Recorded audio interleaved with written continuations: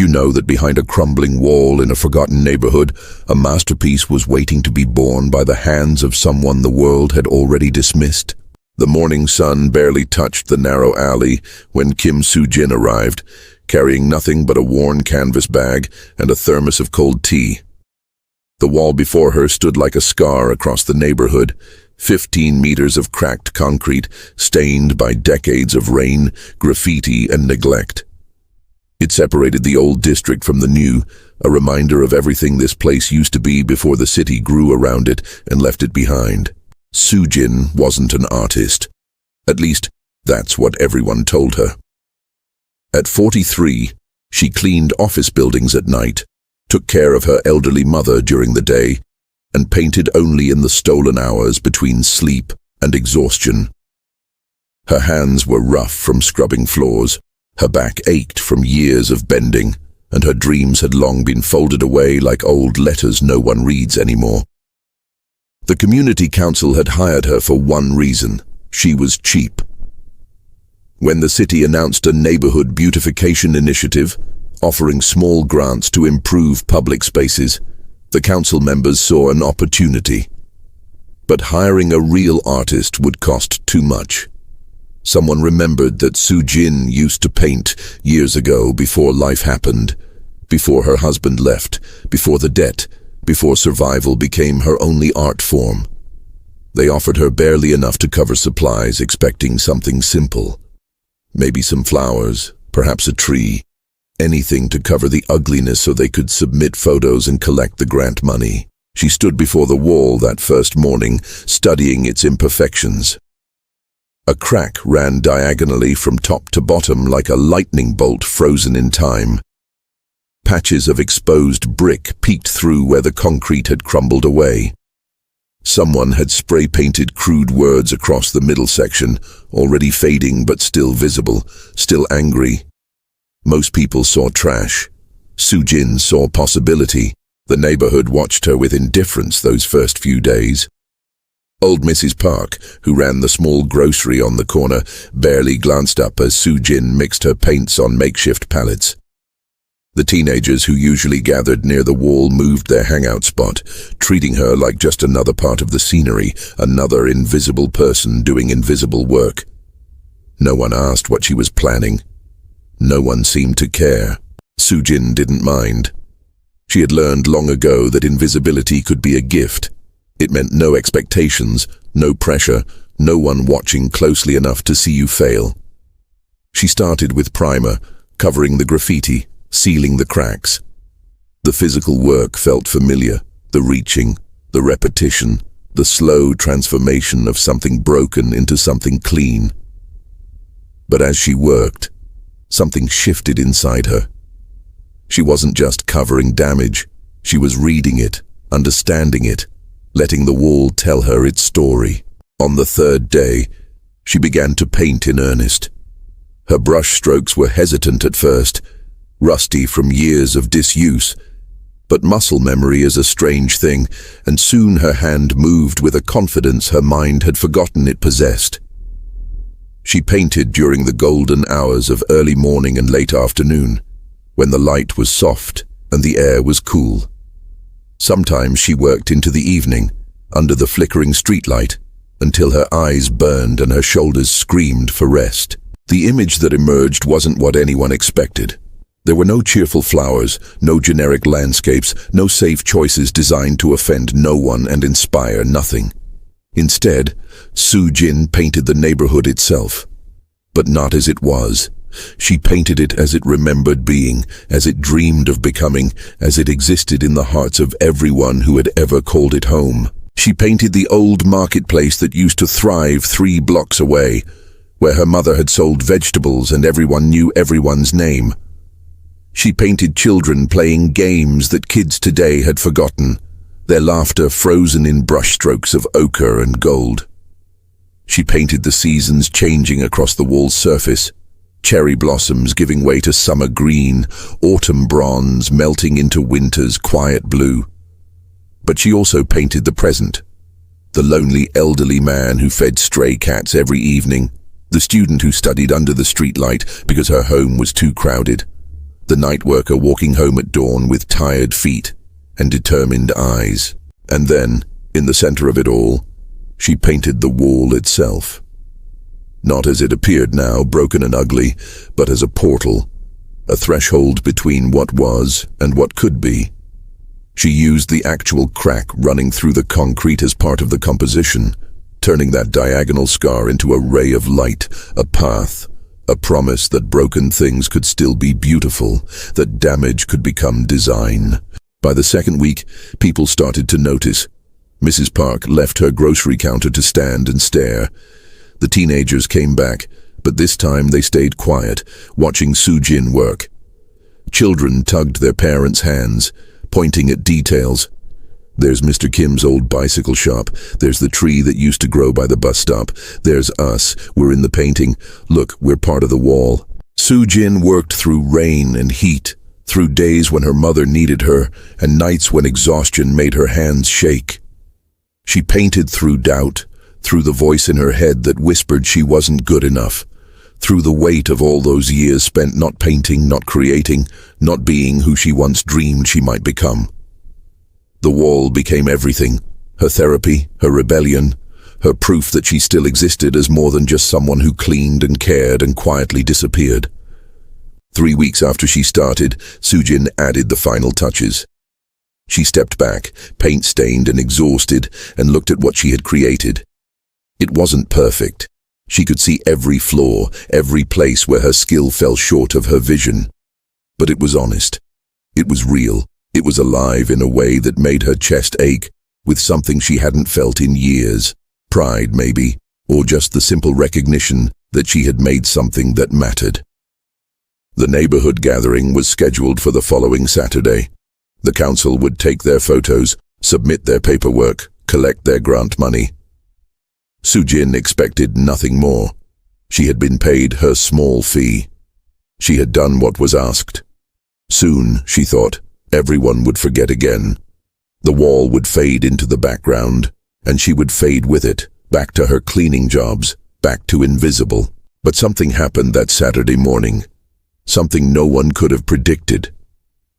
As the sun rose over the neighborhood and people began to gather in front of the wall, someone was watching. Someone who would change everything. And what happened next would force everyone to see not just the wall, but the woman who had painted it, in a way that would shake the foundations of everything they thought they knew about art, about value, about who gets to create beauty in this world. The camera clicked, but it wasn't the council's camera.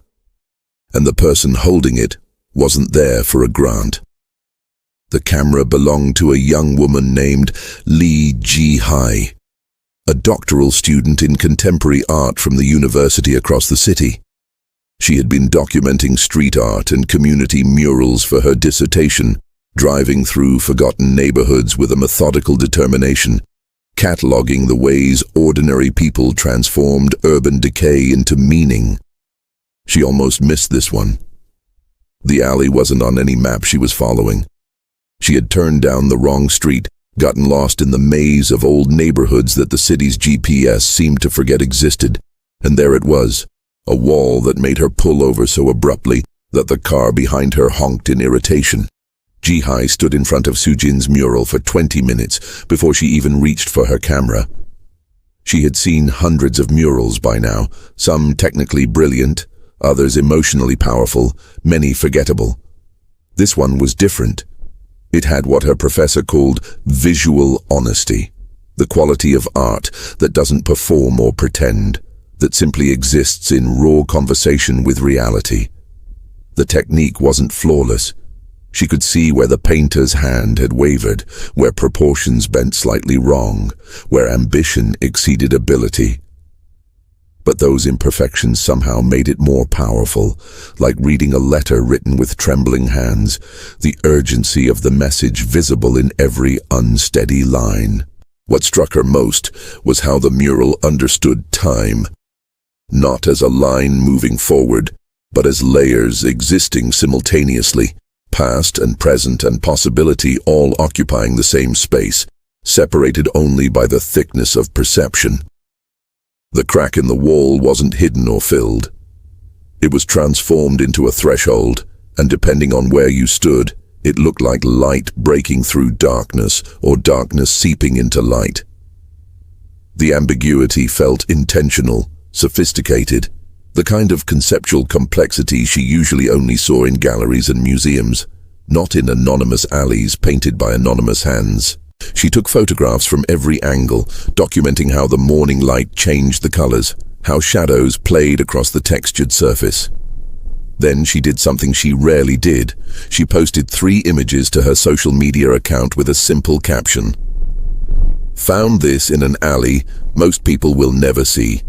No signature, no credit. Just beauty existing for its own sake. This is what art looks like when it's not trying to be art." She thought maybe a few of her classmates would like it. She had 200 followers, mostly other students and a handful of professors. She posted it and forgot about it, driving away to continue her research. Meanwhile, Sujin stood at the edge of the gathering crowd, unnoticed as always. The community council members positioned themselves importantly in front of the wall, preparing for photos. Mr. Han, the council chairman, had even worn a suit. He was already practicing his speech about community initiative and cultural renewal, words that sounded impressive and meant very little. Sujin didn't mind. She had been paid. The wall was finished. Her part in this was over. Mrs. Park found her in the crowd. The old woman pressed a warm bun into Sujin's paint-stained hands and said nothing, but her eyes were wet. The student who studied under streetlights stood nearby, staring at her own image in the mural. Sujin had painted her there, books spread around her, determination visible even in brushstrokes. The girl looked at Sujin and mouthed 2 words. "That's me." Sujin nodded. "I know," she said quietly. "I see you every night."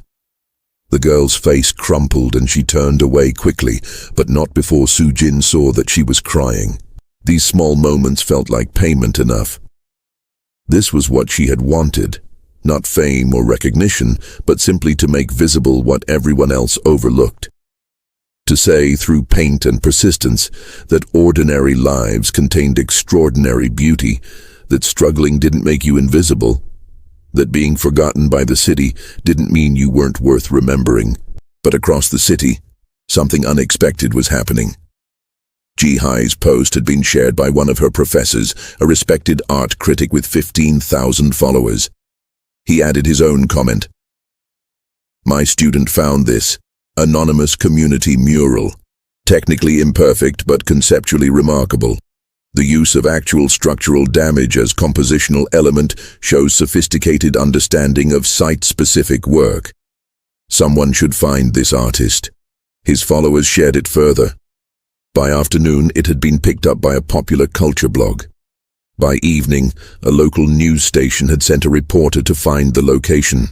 Sujin knew none of this. She went home after the community gathering, exhausted and satisfied, expecting to return to her normal life. She had a shift that night cleaning the office building downtown. Her mother needed medicine picked up from the pharmacy. There were bills to pay, routines to maintain, the familiar architecture of survival to attend to. The mural was finished. That chapter was closed. The news segment aired 3 days later, during the evening broadcast. The reporter stood in front of the wall, explaining how an anonymous artist had transformed a neglected neighborhood space into a profound meditation on memory and community. They interviewed Mrs. Park, who cried on camera. They interviewed the student, who explained how seeing herself in the mural made her feel like her struggles mattered. They interviewed Mr. Han, who took credit for the initiative while carefully avoiding mentioning how little they had paid the artist or that they didn't even know who had actually painted it. The segment ended with a question: "Who is the artist behind this masterpiece? If you know, please contact us." The news station's phone began ringing immediately, but most callers didn't have information. They just wanted to say they had been moved by what they saw, that they wanted to visit the wall, that it reminded them of their own neighborhoods, their own forgotten corners. their own invisibility. Sujin heard about the news segment from her mother, who had seen it at a neighbor's house. "They're looking for the artist," her mother said, excited. "You should call them." Sujin shook her head, uncomfortable with the attention.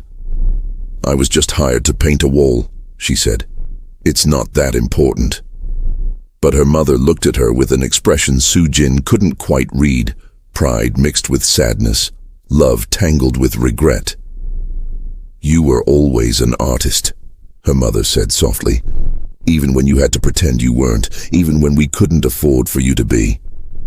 The truth sat between them like something physical. Sujin had gone to art school for 1 year, 23 years ago, before her father got sick and the money ran out. She had been talented enough for a scholarship, but scholarships didn't cover living expenses or family emergencies. She had left school to work, always planning to go back. Then her father died. Then she got married. Then her daughter was born. Then her husband left. Then her daughter grew up and moved away and barely called. Then her mother got old and needed care.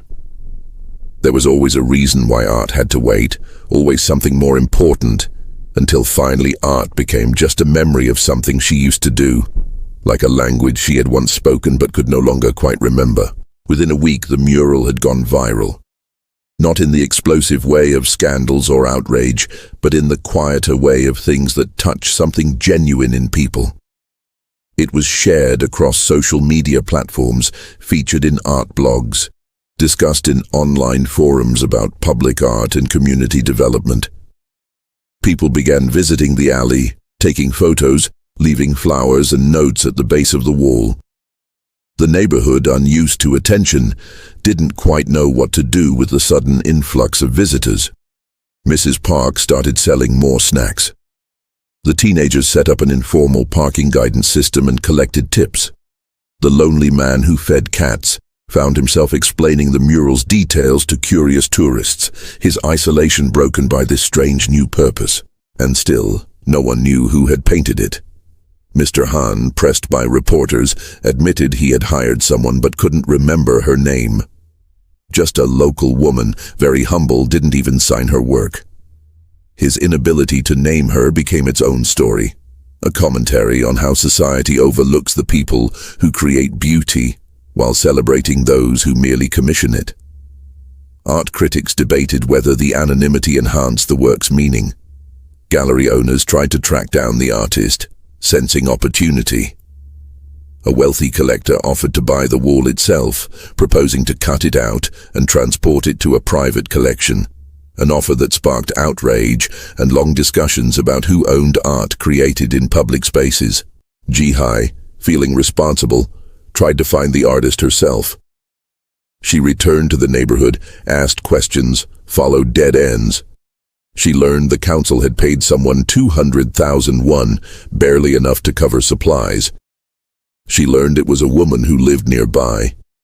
She learned people had seen her painting but hadn't really looked at her, the way people don't really look at janitors or delivery workers or anyone performing labor they've been taught not to value. Finally, Mrs. Park told her. Her name is Kim Sujin. She cleans buildings at night. She lives with her mother in the apartments behind the market. She doesn't think what she did was special. Mrs. Park gave Ji-hai the address, then added, "Be kind to her. She's had a hard life. Don't make her feel like she has to be more than she is." That evening, as Sujin prepared for her night shift, someone knocked on her door. She opened it to find Ji-hai standing there, nervous and excited, carrying a folder full of printed articles and social media posts. Proof that the wall Sujin had painted for 200,000 won had touched something in thousands of people, had started conversations about art and value and visibility, had made the invisible momentarily impossible to ignore. "I need to tell you something," Ji-hai said. "Your painting, people need to know it was you. They need to know your name." Sujin stood in her doorway, still wearing her cleaning uniform. Her hands clean now, but still bearing the stains that never quite wash out. She looked at this young woman, educated and earnest, holding papers that supposedly proved something important had happened. And for the first time in years, Sujin felt something crack open inside her, not breaking but shifting, like ice at the start of spring. The world wanted to know her name. But the question that mattered more was whether she was ready to remember who she had been before the world taught her to forget. Sujin invited Jihai inside, not because she wanted to, but because it felt rude not to. Her apartment was small, the kind of space that apologizes for itself. Worn furniture arranged to maximize the illusion of room, walls bare except for a single photograph of her daughter at graduation, smiling with the careful politeness of someone already planning their escape. Her mother sat by the window, knitting something that would probably never be finished, her hands moving from muscle memory while her mind wandered paths only she could see. Jihai sat on the edge of the couch, the folder heavy on her lap. She began explaining what had happened, words tumbling out with academic precision, viral reach, cultural impact, critical discourse. Sujin listened with the expression of someone being told news from a country they'd never visited. The words felt real but distant, like hearing about someone else's life. This young woman spoke about the mural as if it were important, but importance was a currency Sujin had stopped believing in years ago. Important things happened to other people, in other places, in lives that didn't require choosing between art supplies and medicine. "You need to claim it," Jihai said, leaning forward with an intensity that made Sujin uncomfortable. "People are talking about this work. Critics are analyzing it. There are galleries interested. One of my professors wants to meet you. You could..." She paused, searching for the right words. "You could have a career, a real one." Sujin's laugh was quiet and without humor. "I'm 43, she said. "I clean office buildings. I take care of my mother. I painted a wall because someone paid me to paint a wall. That doesn't make me an artist." But even as she said it, something in her chest contradicted the words, a small voice that had been silent so long she'd forgotten it existed. Her mother stopped knitting. "Show her," she said, her voice paper-thin but clear. When Sujin didn't move, her mother repeated it, firmer this time. "Show her the room." Jihi looked between them, sensing something beneath the surface. Sujin closed her eyes briefly, a small surrender, then stood and walked to the narrow hallway. She opened a door that had stayed closed for years. The small bedroom beyond was dim, the air stale with stillness. Jihai followed, and when Sujin turned on the light, the younger woman gasped audibly. Every wall was covered with paintings, not hung but painted directly onto the plaster, layered over each other where space ran out, images bleeding into images in a palimpsest of suppressed creation. There were landscapes that had never existed, portraits of people who might have been memories or might have been dreams. Abstract compositions that seemed to map emotional weather rather than physical space. Some were crude, clearly early attempts. Others were sophisticated, showing a hand that understood light and shadow, composition and color theory. All of them were unsigned, unclaimed, created for an audience of none. "I painted when I couldn't sleep," Sujin said quietly. "After my shifts, after my mother was settled. Just for myself. To remember I was still..." She trailed off, unable or unwilling to finish the sentence. Jihai moved through the room slowly, her trained eye cataloging what she was seeing. This wasn't amateur work. This was the output of someone with genuine skill, genuine vision, genuine need. 20 years of creation hidden in a room no one entered, art made in secret like contraband, like shame. She turned to Sujin with something like anger in her voice. "Why didn't you show anyone? Why didn't you try?" The question hung in the air, and for a moment Sujin couldn't answer. How could she explain that trying required hope, and hope was a luxury she couldn't afford? That every hour spent painting was an hour not earning money, not fulfilling obligations, not being the person everyone needed her to be. That the world had taught her in 1,000 small ways that her art didn't matter because she didn't matter, that women like her were supposed to serve and sacrifice and stay quietly in the margins where practical necessity lives. "I did try," Sujin said finally. "Once. A long time ago." She sat on the edge of the small bed that occupied one corner of the room, springs creaking under her weight. "After I left art school, I entered a competition. Nothing major, just a local gallery looking for emerging artists. I spent 3 months on the painting, used money we needed for other things to buy proper canvas, proper paints. My daughter was 6. My husband was..." She paused. "He was already pulling away from us. I just didn't see it yet. I thought if I could just get into that show, if someone could just see what I could do, maybe everything would make sense. Maybe I could be both, a mother, a wife, and an artist too." She looked at her hands, studying the calluses and scars like a map of wrong turns. They rejected it. The gallery director sent a form letter. At the bottom, someone had handwritten a note. "Technically adequate, but lacks authentic voice. Perhaps more life experience would deepen your work." More life experience. She laughed that empty laugh again. "I was 26. I'd already buried my father, dropped out of school, given birth, survived on 3 hours of sleep a night for years. But my life wasn't the right kind of experience. It wasn't interesting enough. I wasn't interesting enough." Jihi sat down beside her, the bed sinking further. "That was one gallery, one opinion, one..." "It wasn't just one," Sujin interrupted. "It was everything. Every time I mentioned painting, people looked at me like I'd said something embarrassing.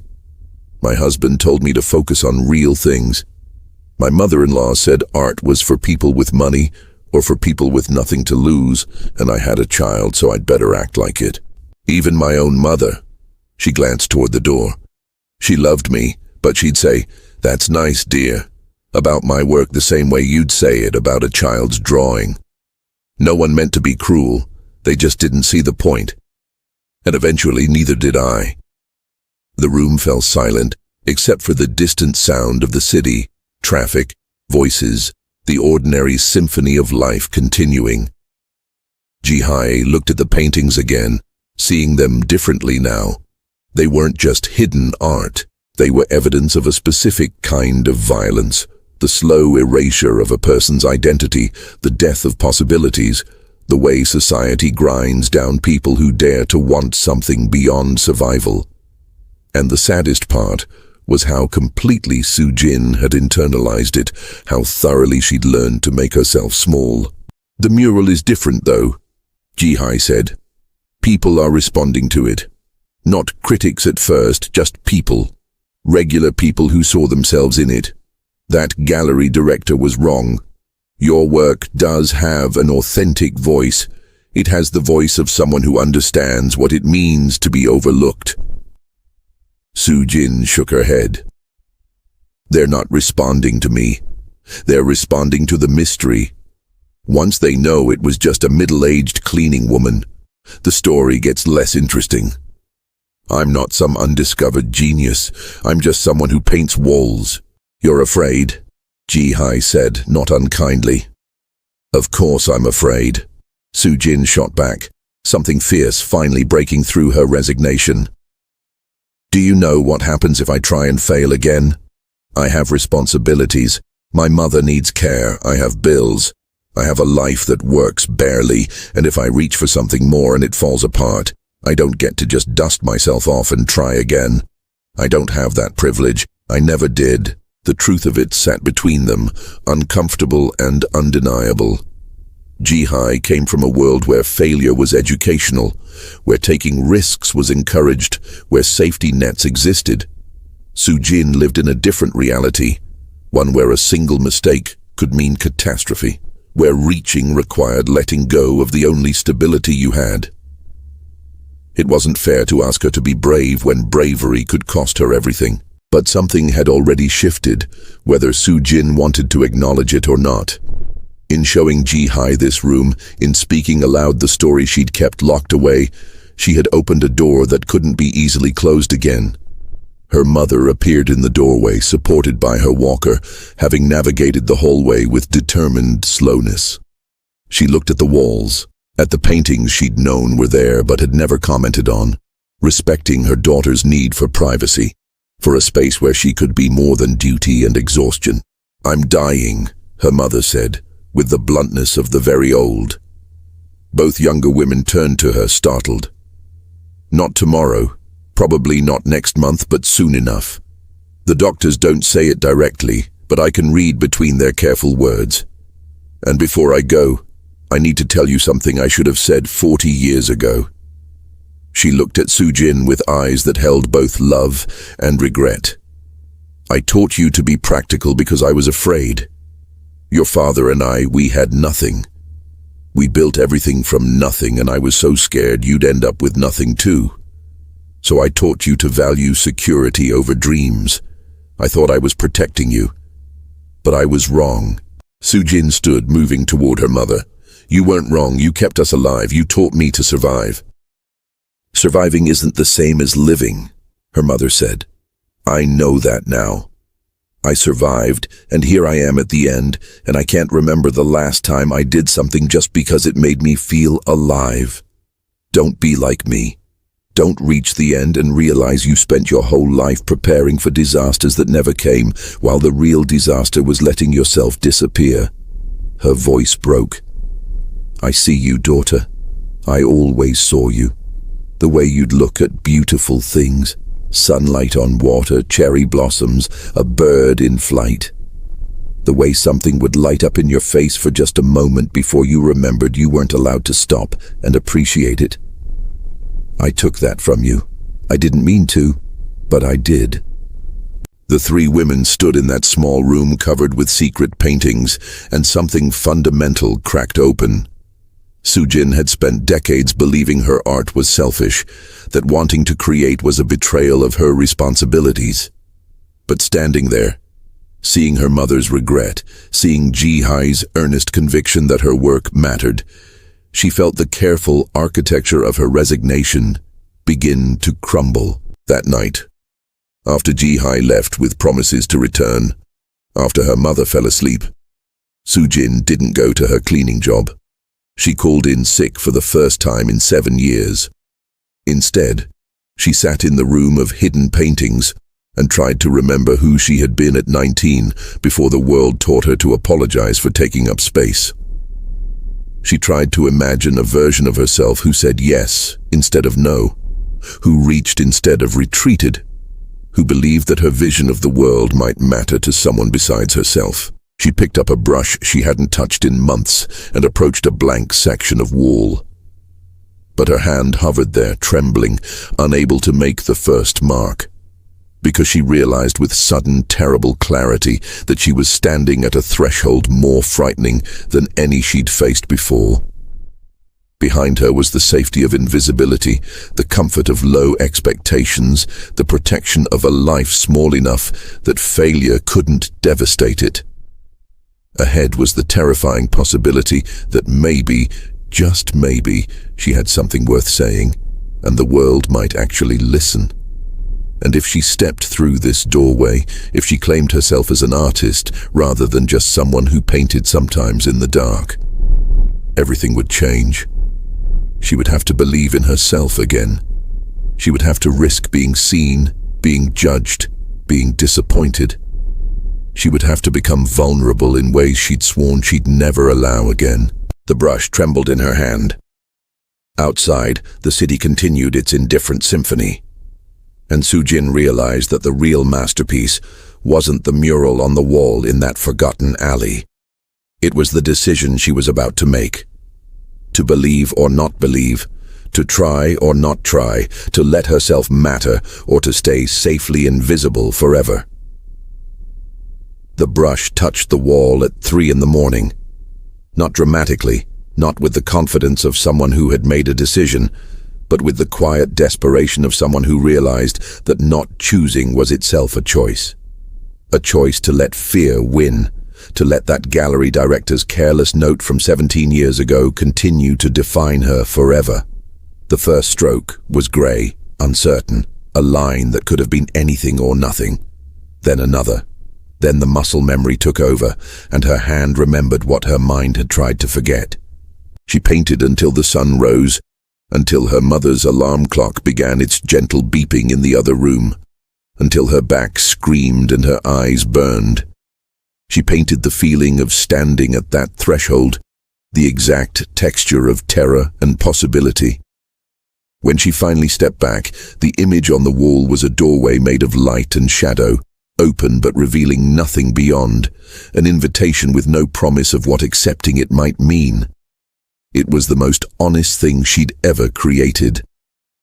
Jihai returned 2 days later with her professor, Dr. Kang Min Woo, a man in his 60s whose reputation in the art world was built on finding talent in unexpected places. He had discovered artists in prisons, in fishing villages, in hospice wards, people whose circumstances had kept them hidden until he held up a light and refused to look away. He entered Su Jin's apartment with the careful courtesy of someone who understood that he was being allowed into a sacred space. And when she showed him the room of paintings, he studied them in silence for nearly 20 minutes. "Tell me about this one," he finally said, pointing to a portrait of a woman cleaning a floor, her reflection in the wet tile showing a completely different person. Younger, paint-stained, smiling. Su Jin hesitated. She wasn't used to talking about her work, wasn't practiced in the language of artistic intention. "It's me," she said. "Both versions. The one people see and the one I see when no one's watching." Dr. Kang nodded, moved to another painting, asked another question. Slowly, painfully, she began to articulate things she'd never spoken aloud. The way invisibility felt like drowning in air.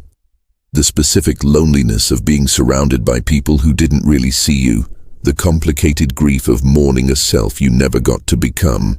"You understand something most artists spend their whole lives trying to learn," Dr. Kang said finally. "You understand that art isn't about beauty, it's about truth. And truth is usually uncomfortable." He turned to face her directly. "I want to curate a show of your work, not just the mural, everything. These room paintings, new pieces, a complete survey. I have a gallery space, I have connections, but I need to know if you're ready." The question hung in the air like smoke. Su Jin looked at Jihai, who was trying hard not to show how desperately she wanted Su Jin to say yes. She looked at her mother, who had wheeled herself to the doorway and was watching with an expression that managed to be both encouraging and heartbroken. The face of someone who knew she wouldn't live to see how this story ended, but wanted to at least see it begin. "I don't have anything new," Su Jin said, grasping for excuses. "Just these old paintings. And the mural, that belongs to the neighborhood." "We'll photograph the mural, create a large-scale print," Dr. Kang said. "As for new work, you have 3 months. Create what you can. What you have here is already enough for a strong show, but if you can add pieces that show your current voice, your evolution, it will be more powerful." He pulled out a card, placed it on the small table. "Think about it, but Su Jin, understand something. Opportunities like this don't come often, especially not to people our society has decided are past their prime. If you say no, it's your right, but say no because you genuinely don't want it, not because you're afraid you don't deserve it." After they left, Su Jin held the card, feeling its weight, its possibility. 3 months to create new work while working full-time, while caring for her mother, while navigating the complicated logistics of a life not designed to accommodate art. It felt impossible. But then, everything had always felt impossible. Raising a daughter alone, surviving on poverty wages, keeping herself from disappearing completely into the machinery of necessity. She had done all of that. Maybe she could do this too. The next morning, she asked her supervisor at the cleaning company if she could reduce her hours. The woman, accustomed to workers who needed more hours, not fewer, looked at her suspiciously. "Why?" You got another job? Soo-jin almost lied, almost said yes. But something made her tell the truth. I'm an artist. I need time to paint. The words felt foreign in her mouth, presumptuous, but she forced them out anyway. Her supervisor stared at her for a long moment, then laughed. Not meanly, but with the tired amusement of someone who'd heard every excuse. An artist. Right. Well, we can cut you to 20 hours a week, but that's 20 hours less pay. You sure about this? She wasn't sure, but she said yes anyway. The next weeks unfolded in a rhythm of exhaustion and exhilaration that Soo-jin hadn't felt since she was young. She painted after her shifts, painted while her mother napped, painted until her hands cramped and her vision blurred. She couldn't afford a proper studio, so she worked in the small living room, covering the floor with sheets, opening windows despite the cold to air out the fumes. Her mother watched sometimes, offering quiet commentary. That color there, it's lonely, or this one makes me remember dancing. Her daughter called once, briefly, and Soo-jin almost told her about the gallery show but stopped herself, afraid of jinxing it, afraid of the disappointment if it somehow fell through. Word about the upcoming exhibition began spreading, carefully leaked by Dr. Kang to build interest. Arts journalists started calling, wanting interviews. Soo-jin, terrified of saying the wrong thing, of revealing herself as the fraud she still half believed she was, declined most requests. But Ji-hai convinced her to do one, a podcast interview that could be done from home. Just her voice, no cameras. The interviewer was kind, asking about her process, her inspirations. Soo-jin answered honestly, speaking about night shifts and invisibility, about painting on walls because she couldn't afford canvas, about the strange courage required to believe your voice mattered when the world had spent decades suggesting it didn't. The podcast episode went viral in the quiet way meaningful things do. People shared clips, wrote response essays, discussed it in online forums. The narrative that emerged was both accurate and oversimplified. The struggling single mother, the hidden genius, the triumph of talent over circumstance. It made Soo-jin uncomfortable, this flattening of her life into a story with clear heroes and villains. The reality was more complicated. The gallery director who'd rejected her work hadn't been evil, just careless. Her ex-husband hadn't been a monster, just weak and selfish. Society hadn't deliberately crushed her dreams, just indifferently stepped on them while looking elsewhere. But nuance didn't make for compelling narratives, so the story simplified itself in the telling. 6 weeks before the show, her mother's health declined sharply. A fall in the bathroom, internal bleeding, emergency surgery.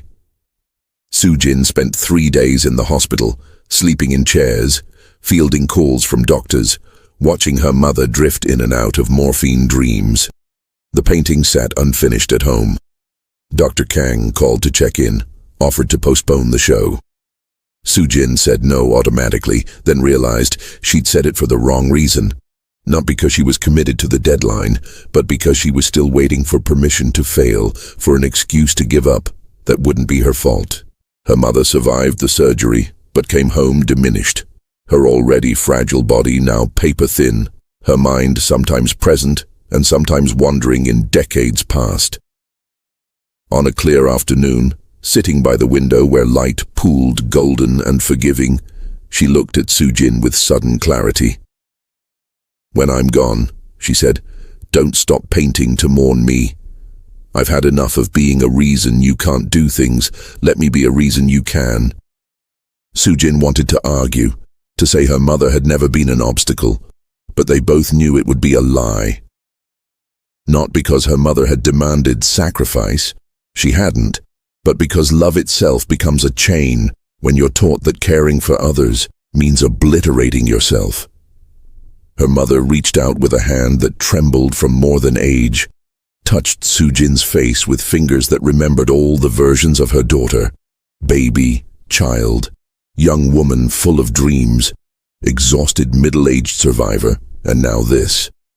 Someone on the edge of transformation, terrified and brave in equal measure.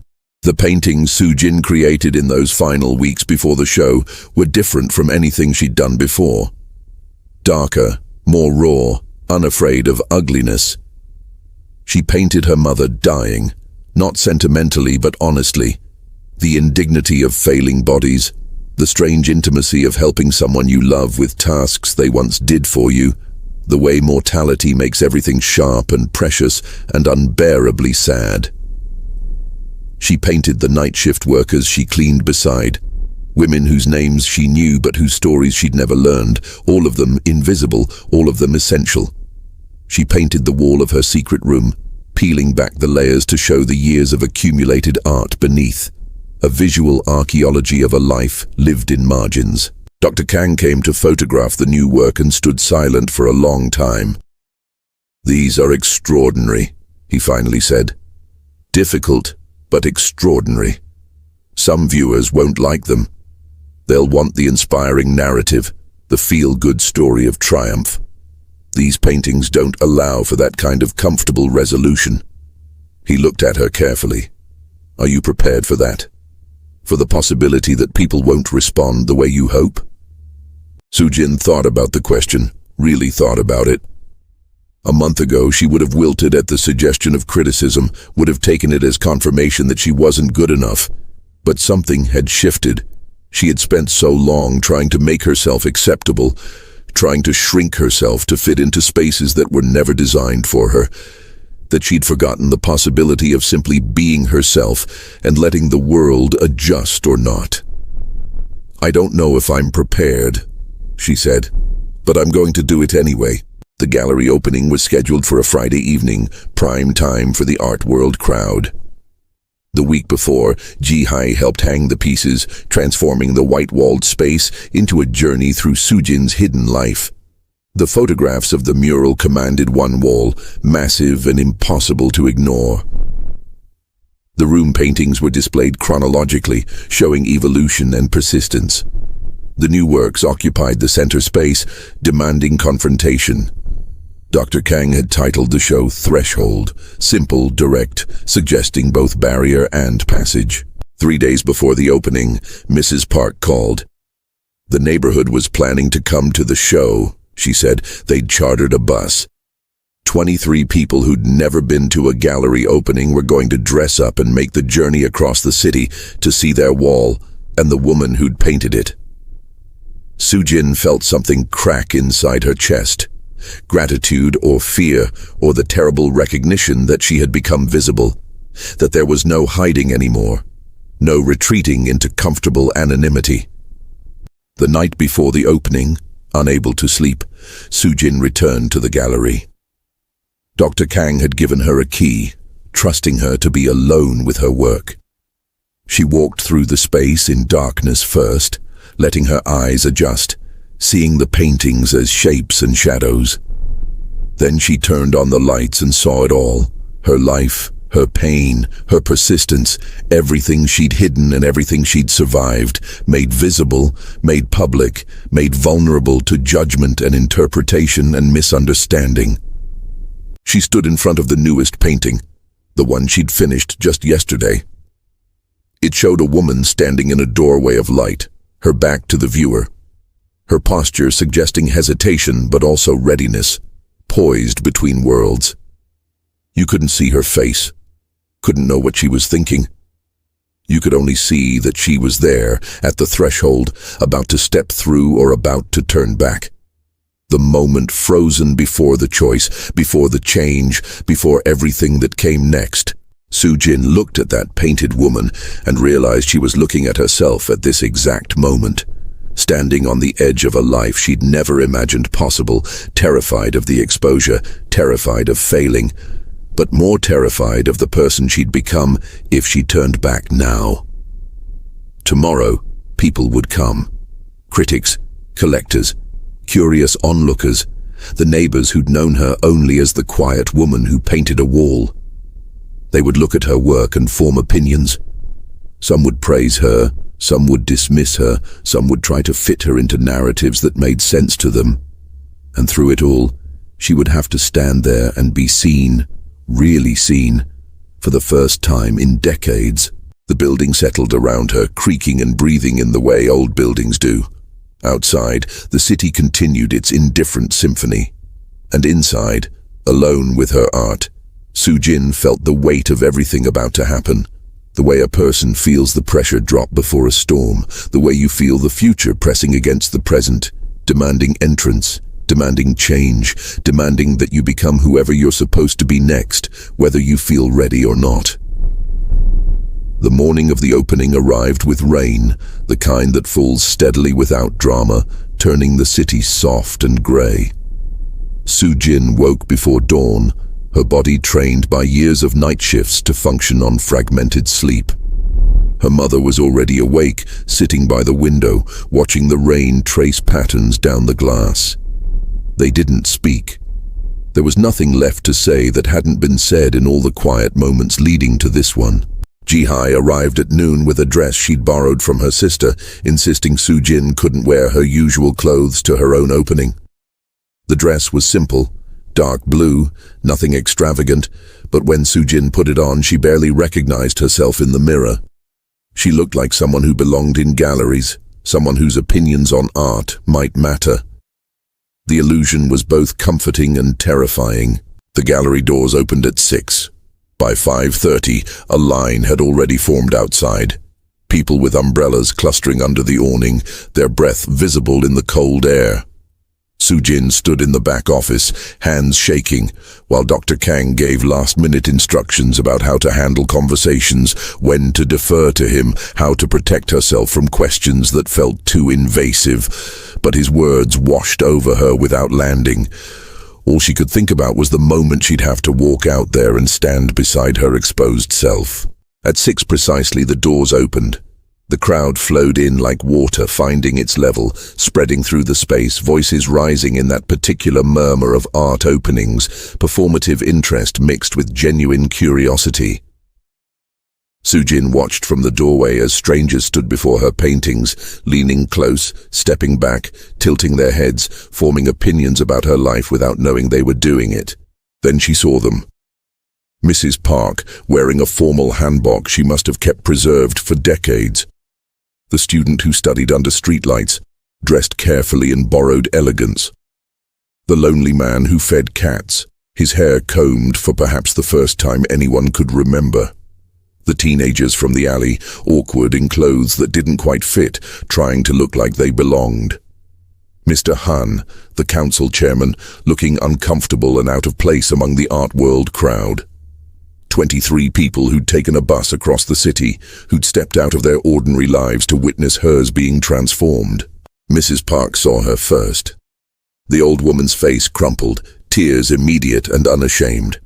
She crossed the gallery floor with surprising speed and took Sujin's hands in hers. "I always knew," she said, her voice breaking.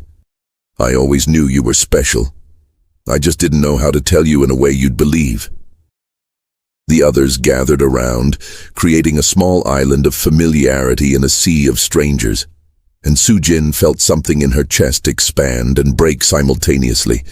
The relief of being known, really known by people who'd seen her at her lowest, and came anyway. A critic from the city's major newspaper stood before the mural photographs, speaking into a recording device. Sujin caught fragments of his words, raw authenticity, visual vocabulary of marginalization, sophisticated use of deterioration as metaphor. He was saying impressive things, the kind of things that should have made her proud, but they felt distant, like compliments directed at someone else. The paintings he described weren't the ones she'd made. He saw technique and theory. She'd painted loneliness and survival. A woman in an expensive coat stood before the painting of Sujin's mother dying. She stared at it for 5 full minutes, not moving, barely breathing. Finally, she turned away, and Sujin saw tears on her face. The woman made eye contact, nodded once, a gesture of recognition, of shared understanding across the gulf of strangers. She didn't say anything. She didn't need to. In that moment, Sujin understood what Dr. Kang had meant about truth. This woman saw something in that painting that connected to her own story, her own losses, her own experience of watching someone disappear by inches. The art had done what art is supposed to do. It had made one person feel less alone. More people came. Collectors in tailored suits who spoke about investment potential and market trends. Young artists who looked at her with something like hope, as if her late emergence proved that their own dreams weren't completely lost. Journalists who asked the same questions in slightly different ways, trying to mine her story for the specific kind of inspiration their audiences wanted. And through it all, Soo-jin smiled and answered and felt herself splitting into two people, the one performing the role of emerging artist and the one standing slightly outside herself, observing this strange theater with disbelief. At 7:30, Dr. Kang called for attention. The crowd quieted, turned expectantly. He gave a brief speech about discovering Soo-jin's work, about the importance of creating space for voices that had been silenced by circumstance rather than lack of talent. Then he invited her to speak. The moment stretched, everyone waiting, and Soo-jin felt the full weight of visibility, dozens of eyes, dozens of expectations, the pressure to say something meaningful, something quotable, something that would fit neatly into the narrative they wanted her story to be. She thought about all the things she could say. The practiced gratitude, the humble acknowledgement, the inspirational message about never giving up on dreams. But standing there, looking at the faces, some familiar, most not, she decided to tell them something true instead. "I don't know what I'm doing here," she said, her voice quieter than Dr. Kang's but clear. "A few months ago I was invisible. I cleaned buildings at night. I took care of my mother. I painted sometimes in secret because I was ashamed to want something for myself. When the council hired me to paint that wall, I thought it was just a job.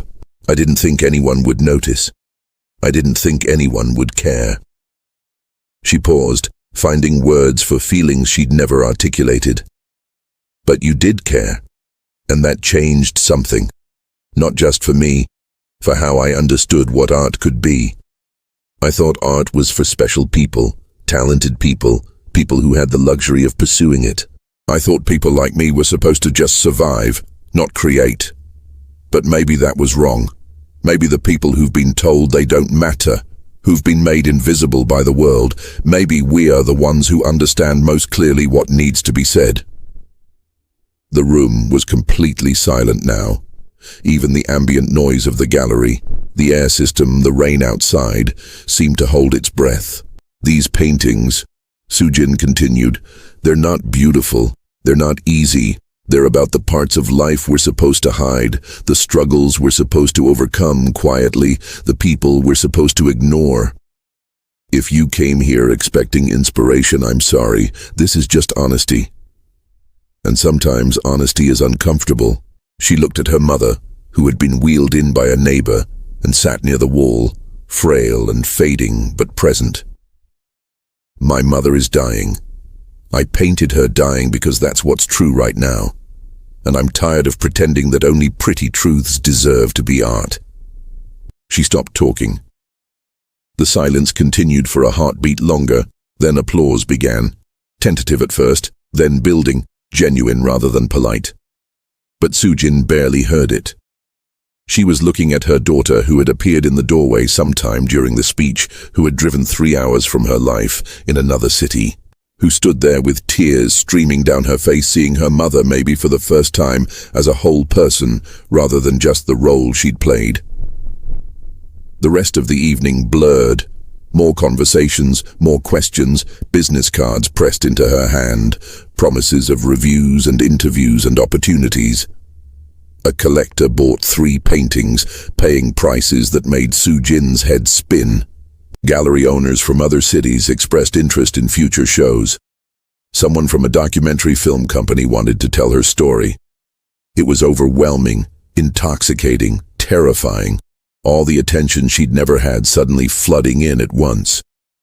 But the moment that mattered most came near the end of the night, when the crowd had thinned and only a few people remained.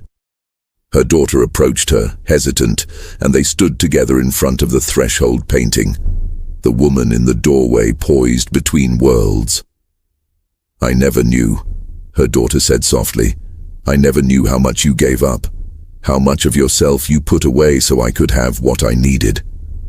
Sujin started to deflect, to minimize, but her daughter continued. "No. Let me say this. I was angry at you for so long, for being tired, for being sad, for not being the mother I thought I deserved. But I didn't understand. You were drowning and still keeping me afloat, and I never said thank you." They stood there, two women connected by blood and history, and all the complicated ways love gets tangled with resentment and gratitude and regret. Then her daughter said something that broke whatever remained of Sujin's careful defenses. "I'm proud of you, Mom, not because of this show or these paintings. I'm proud because you didn't let them erase you completely. You kept a part of yourself alive, even when it would have been easier to let it die."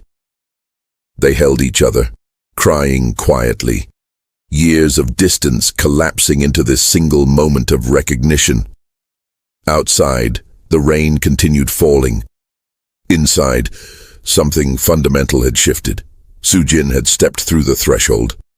There was no going back to invisibility now, no returning to the safety of not mattering.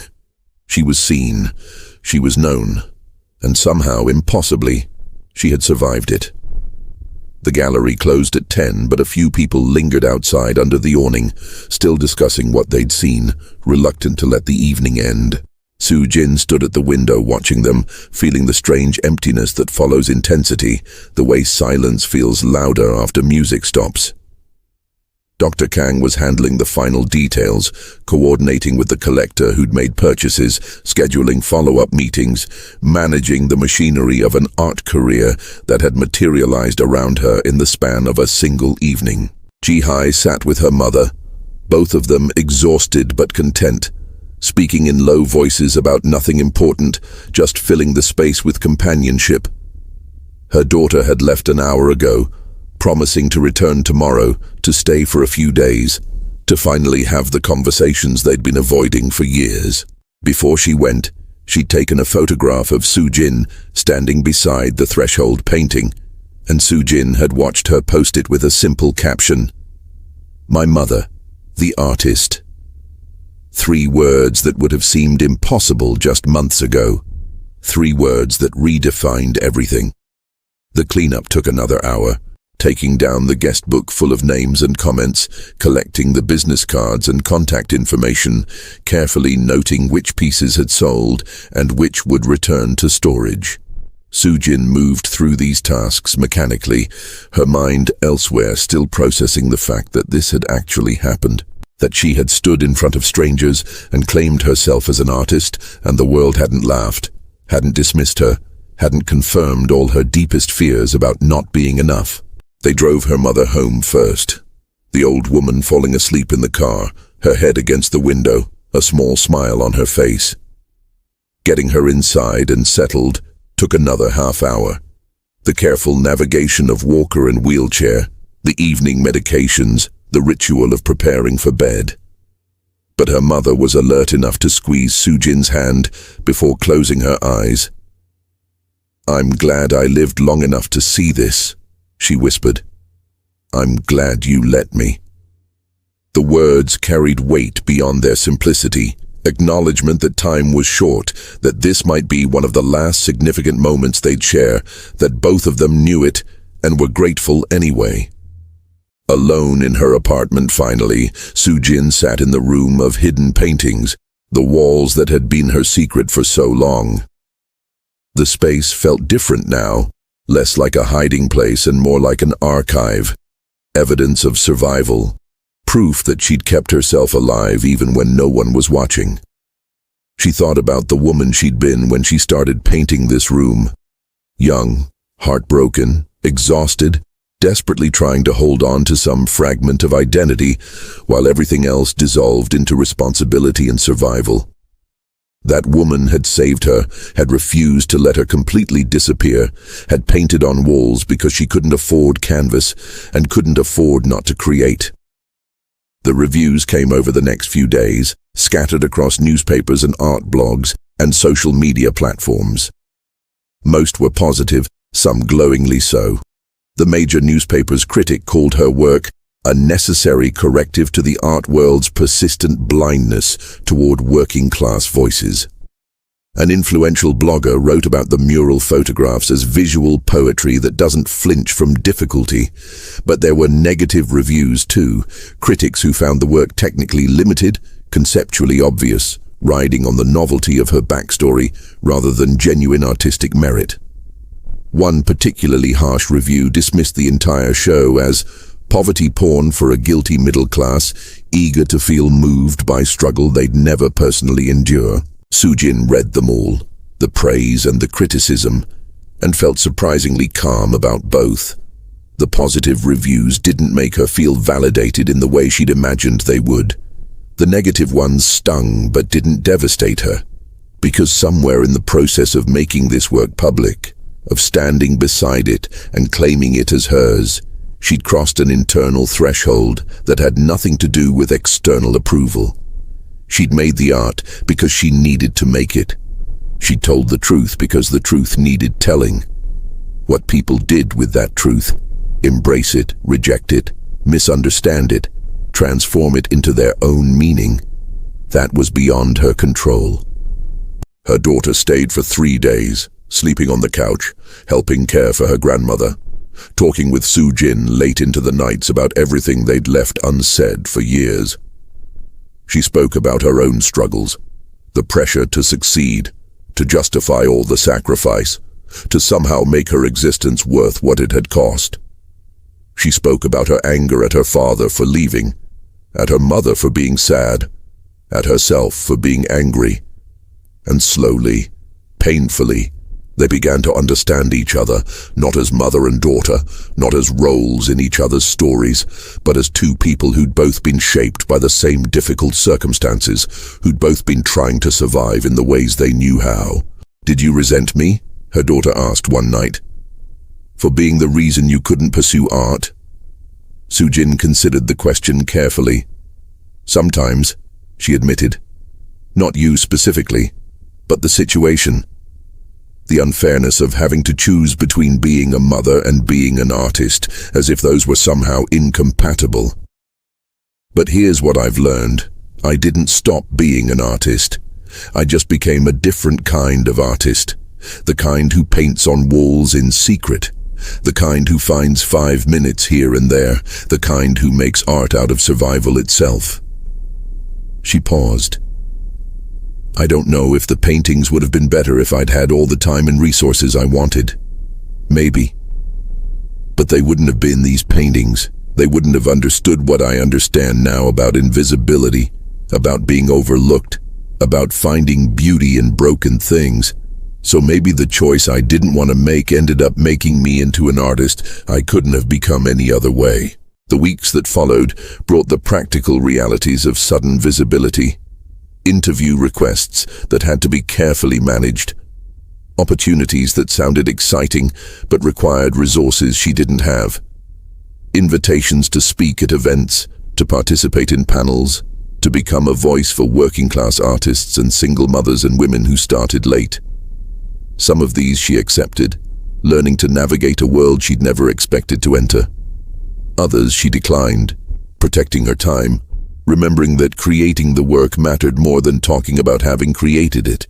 She reduced her cleaning hours further, living more precariously but with more time to paint. The money from the sales helped, though it wasn't as much as people assumed once the gallery took their commission and taxes were paid. She applied for grants she would have never thought herself worthy of before. Some rejected her, some didn't. She learned to tolerate the uncertainty, the way opportunity and disappointment arrived in unpredictable measures, the way a life in art meant never quite knowing if you'd survive it. Her mother's health continued to decline, the trajectory clear even if the timeline remained uncertain.